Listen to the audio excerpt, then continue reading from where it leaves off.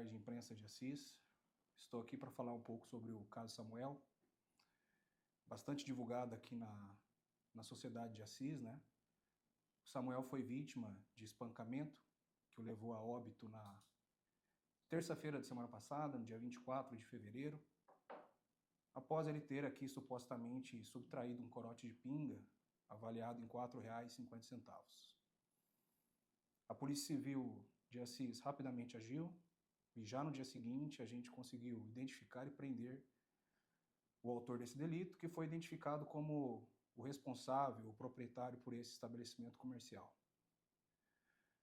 Assim que prendemos esse investigado, né, ele assumiu a autoria, pontuou aqui que agiu sozinho e negou que tivesse tido intenção de tirar a morte de Samuel, alegou que o interesse dele era tão somente aplicar um corretivo, porque estaria cansado de vários furtos que vinham ocorrendo pelo local. Iniciamos as investigações e rapidamente conseguimos concluí-la. Concluímos ela hoje, com uma semana de investigações. E aqui eu quero parabenizar os policiais civis, os policiais militares, os policiais científicos, que trabalharam muito, trabalharam bem, e possibilitaram que nós concluíssemos aqui o caso de modo bastante rápido, né? É um clamor da família, é um clamor da sociedade. E aqui eu só tenho a parabenizá-los. Sobre a conclusão do caso Samuel, eu queria pontuar aqui que, desde que nós prendemos o investigado, ele está preso até então, ele permanece preso. Não é verdade que ele já foi solto, ele passou por audiência de custódia já no dia seguinte e ele permanece preso até então. Também podemos apontar aqui que a gente concluiu que esse investigado agiu sozinho, que ninguém o auxiliou a praticar esse delito. E a motivação dele aqui nós já expusemos, ele alega que estava cansado de tantos furtos pelo local e resolveu fazer justiça com as próprias mãos. Também é importante destacar aqui, não é verdade que o Samuel seria um furtador contumaz, até mesmo porque nós realizamos o levantamento da vida pregressa do Samuel e não existe nenhuma anotação nos registros dele pela prática de furtos ou roubos. Então, é provável que esse tenha sido o primeiro crime patrimonial, o primeiro furto, o primeiro roubo que o Samuel veio a cometer. E nós conseguimos também realizar uma investigação sobre a vida do Samuel e podemos apontar também, não há nada que indique que o Samuel seria uma pessoa violenta, que ele seria uma pessoa agressiva. Então, até onde sabemos, a comunidade lá já o conhecia por ser uma pessoa frágil, com uma saúde debilitada, e com um problema de alcoolemia bastante sério. Essa alcoolemia dele ficou constatada nas análises médicas que foram realizadas em seu corpo. O Instituto Médico Legal de Assis fez uma análise bastante aprofundada sobre o óbito do Samuel, sobre o corpo de Samuel. Ele realmente possuía lesões sérias no seu corpo por conta da alcoolemia já em estágio avançado. E, de fato, aconteceram as paradas cardiorrespiratórias que a equipe médica que o atendeu inicialmente veio apontar. Nada obstante, o Instituto Médico Legal conseguiu concluir que a morte de Samuel se deu em decorrência de traumatismo crânioencefálico. O Samuel faleceu em razão das diversas agressões físicas que sofreu, em razão de diversos golpes que ele teve na cabeça, que ocasionaram esse traumatismo crânioencefálico e que foram a causa principal do seu óbito. Também é importante destacar que o Instituto Médico Legal também conseguiu nos apontar aqui que o Samuel possuía lesões majoritariamente na região da cabeça e da face. Então ele foi agredido principalmente na região da cabeça e justamente por isso ocasionou o traumatismo crânioencefálico. Dito isso, a gente analisou todas as provas, a gente analisou testemunhos, a gente analisou os vídeos que foram gravados pelo próprio investigado, divulgado em redes sociais. Em razão de todo esse contexto, a gente aqui da Polícia Civil entende que o investigado assumiu o risco de ocasionar a morte do Samuel e, por conta disso, deve responder pelo crime de homicídio doloso, cumulado aqui com o crime de exercício arbitrário das próprias razões, que, ao que tudo indica, seria a intenção principal desse investigado. Ele responde por esses dois crimes, pelo crime de exercício arbitrário das próprias razões e pelo crime de homicídio. E no tocante ao homicídio, a gente entende também pela incidência da qualificadora do motivo fútil, que é aquele qualificado aqui no tocante à desproporcionalidade entre o furto de um objeto de R$ 4,50 e a morte ocorrida, né?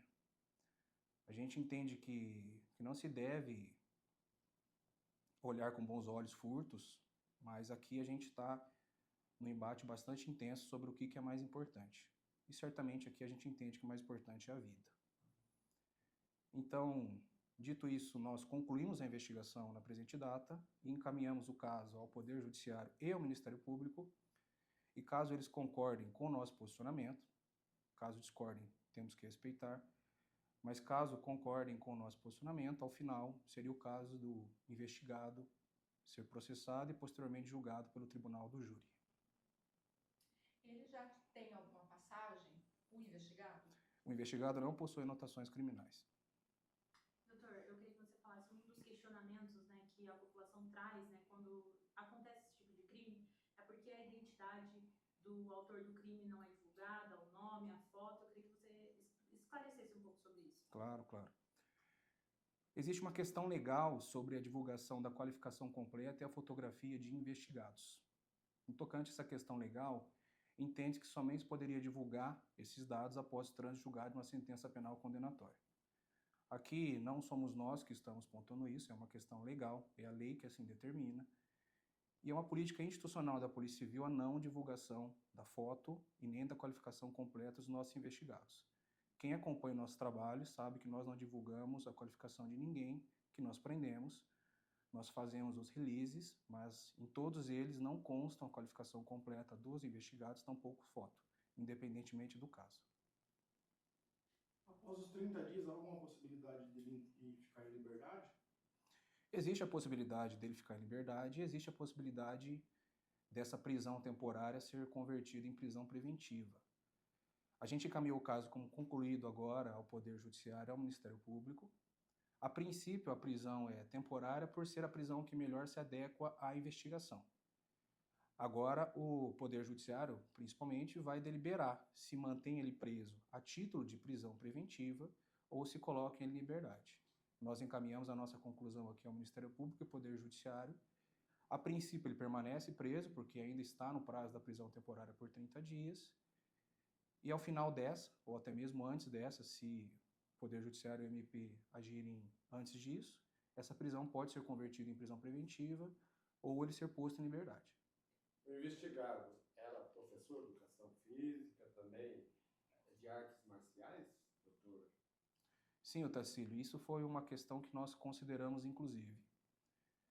Na medida em que a vítima era uma pessoa frágil, uma saúde frágil, e não reagiu ao que indica a investigação e principalmente o laudo ML, o investigado, por outro lado, era professor aposentado em artes marciais. Ele era professor aposentado de capoeira, então ele tinha um conhecimento bastante aprofundado sobre como agredir, de que forma agredir, e sendo um professor de artes marciais, ele tinha que ser mais zeloso, inclusive, com os cuidados nos golpes que aplicara, que teria aplicado, né? Caso não tivesse, pelo menos, assumido o risco de ocasionar a morte da vítima.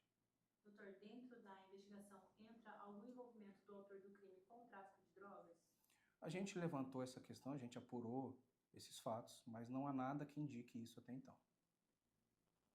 O investigado, todo momento que fez o depoimento sobre a presença da Polícia Civil, teve algum momento de arrependimento do que aconteceu?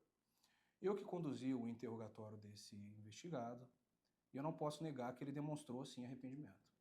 Ele estava bastante abalado aqui no seu interrogatório. Foi um interrogatório razoavelmente longo, mas o que aconteceu, aconteceu. A gente tem que analisar qual que era o intento dele, qual que era o ânimo dele no momento dos fatos.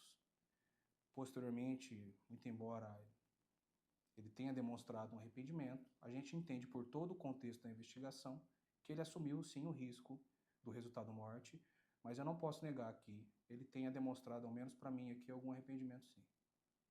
E por que ele fez a filmagem em argumentou alguma coisa durante esse processo? Sim, ele alegou que aquela era inclusive a motivação principal dele ter agredido a vítima. Ele falou que ele estava cansado de tantos furtos que ele vinha sofrendo no seu estabelecimento comercial e por conta disso perdeu a cabeça, ah, praticou aquele crime e inclusive filmou. Contudo, a gente fez um levantamento aqui e apesar dele alegar que é constantemente vítima de furto naquele local, ele não registrou nenhuma ocorrência de furto como vítima. Então é um pouco incongruente da parte dele ele ser tão reiteradamente vítima de furto e nunca chamar a polícia, nunca registrar uma ocorrência. E aqui fica orientação para todo mundo, principalmente para os comerciantes. Se vocês são vítimas de crime, chamem a polícia. As pessoas vão ser presas, vão ser responsabilizadas, porque não é o caso de praticar justiça com as próprias mãos. Resultados trágicos como esse aconteceram e podem voltar a acontecer se os comerciantes insistirem em praticar justiça com as próprias mãos. Então, recomendo. Foi vítima de um furto? Se conseguir deter a pessoa naquele momento, segura, não agrida, chama a polícia ou registra a ocorrência depois aqui com a gente.